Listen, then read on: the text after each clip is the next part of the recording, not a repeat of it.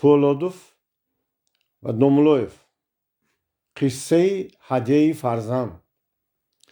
پسر سالها در دل آرزوی میپرورید که پدرش را با کارهای نیکش شاد و خرسند و از خود راضی بنماید. آخر پدر او را به دنیا آورد، کلان کرد، خانان صاحب خانه در گرداند. با شرافت آبروی کلان پسر هم در بین خاص و عام معتبر گردید. پسر چنان میپنداشت که در جواب صدها هزارها نیکیهای پدر یک عملی سزاوار نکرده است که ارزنده و شایسته غمخوری‌های بیشماری پدر باشد. بنابراین پسر همیشه خود را نزد پدر بزرگوار قرضدار می‌حسابید. نمی‌داند که قرضش را چگونه صاف کند. آخر پدر 90 ساله او هرگز نیازمند فرزند نشده است. به او نه خانه لازم، نه لباس، نه نان و طعام پسر. هر بار که به پدر چیزی دادنی شود، او با یک آهنگ رد نشونده میگفت: همه این چیزهایت را به بچه هایت بر. زیاده از این، پدر به بچه های فرزندش هر گونه شیرینی های هر خیله میوه ها آورده ذبح می بود که نبیرگان چطور از آمدن بابایشان شاد می گردند. بابا جان هم آمدند، گویان به پیشواز او می روند. پدر کهنسال بیماری بستری شد، ولی باز هم محتاج و نیازمند کسی و چیزی نبود. حتی نمی گذاشت که فرزندش برای او شده زحمت کشد. برعکس هر شب و سحر احوال پسر و نبیرگان را پرسان می شد. غم خود را نه، غم آنها را می خورد. پسرم، از پی کار خودت شو. آخر سبب رزق و روزی تو اهل ایالت کارت می باشد، می گفت. پسر آرزو داشت که لااقل شبها همراه پدر سال دیده و بیمار خود باشد و از همدمی این شخص عزیز و تبرک حلاوت برد. اما پدر باشد: پسرم، به حوله خودت رفت. اهل خانوادت را پریشان نشوند. همراه آنها باش. گویان او را گسیل میکرد. لیکن یکی از روزها پدر به پسر نگفت که شبانه به خانه‌اش شود. پسر تا به وقتی شب در سر بالین قبلگاهش بود. پیشانی گرمی او را نرم نوازش میکرد. هر زمان یک قلط نیم قلط آب میداد. برای از پهلو گرداندن جسم بیمدار شخص عزیزش یاری میرساند. پسر نیت داشت که تمام شب نخفته چهره پدر را سیری نگاه کند، نگذارد که وی لحظه آزار یابد. اما خواب آرامی پدر، نفسگیری یک مرام بیمار پسر را خاطر جمع نمود و غیر خواهش لحظه غنب کردنش را ندانسته ماند. تن و بدن، دل و جگر آدمی بیمار سخت نازک است. بیمار پیرسال را تشنگی جانفرسا عذاب و شکنجه میداد. وجودش، دل و جگرش میسوخت.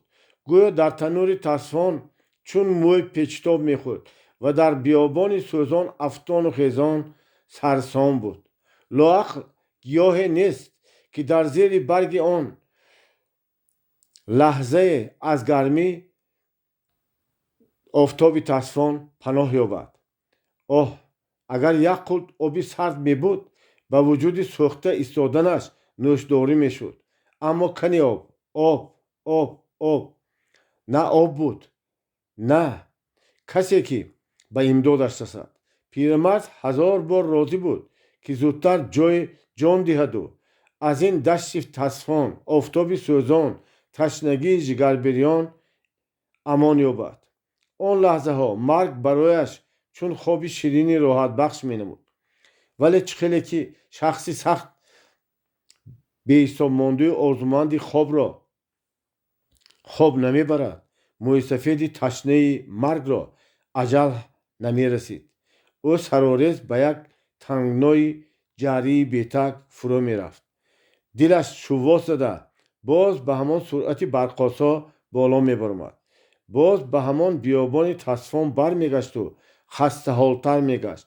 لحظه آن ورطه سوزان، دشت سینه بریان، تشنگی بیامان و آن تنگنای تیره و تار، سرارزوی ناگوار و دل بیهوزار کننده بهتر می نمود. نهایت آرامش حس کرد و در آخر صحرای بیکنار از دور به چشمش سیاهی نمود.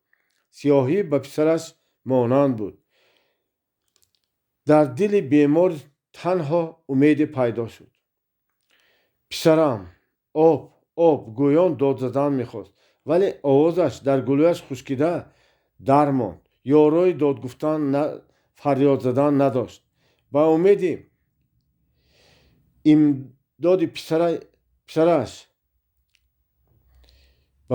امداد پسری عزیزش موی سفید به خود آمد.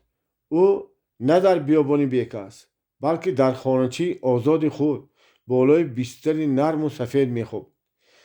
ظرف آب هم در روبرویش میایستاد، ولی موی سفید مجال نداشت که برخیزد و آب جانبخش را نوش کند. حالا او محتاج یارمندی پسر بود.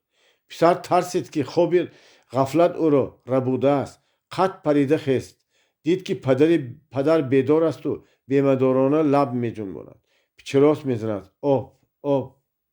او برجست و پیاله آب جوش سرد را به لبان خشکیده پدر رساند.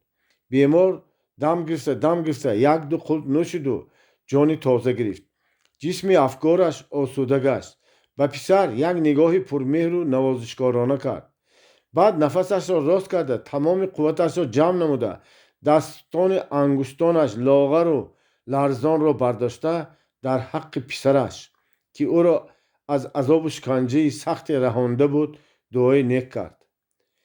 پسرم، روز کمی را نبینی، خاک گری زر گردد. این سخن واپسین پدر بود. قریب 100 سال عمر دیده بار محتاج پسر گردید. موی سفیدی صاحب رزق و روزی فراخ آخرین نصیبه خود از این دنیای گذران یک قلط آب را با یاری پسر نوشید و پدرود گفت. پسر باشد حیرت زده است. او تمام عمر از نیکی غمخواری های پدر برخوردار باشد هم در یاد ندارد در جواب همه این به پدر خود عرض سپاس کرده بود یا نه. پدر باشد برای یک قلط آب در حق او دعای نیک کرد. چقدر دل بزرگ داشته است پدر او. در لحظه های جانکنیش هم عذاب درد را فراموش کرده غم او را، غم فرزند را میخورده است. همین یک دعای پدر موجب خوشبختی و سرفرازی پسر است که بر عوض این یک قلط آب به این دعا شرفیاب شده است. در تمام عمر تنها یک قلط آب را به پدر داده توانست و بس.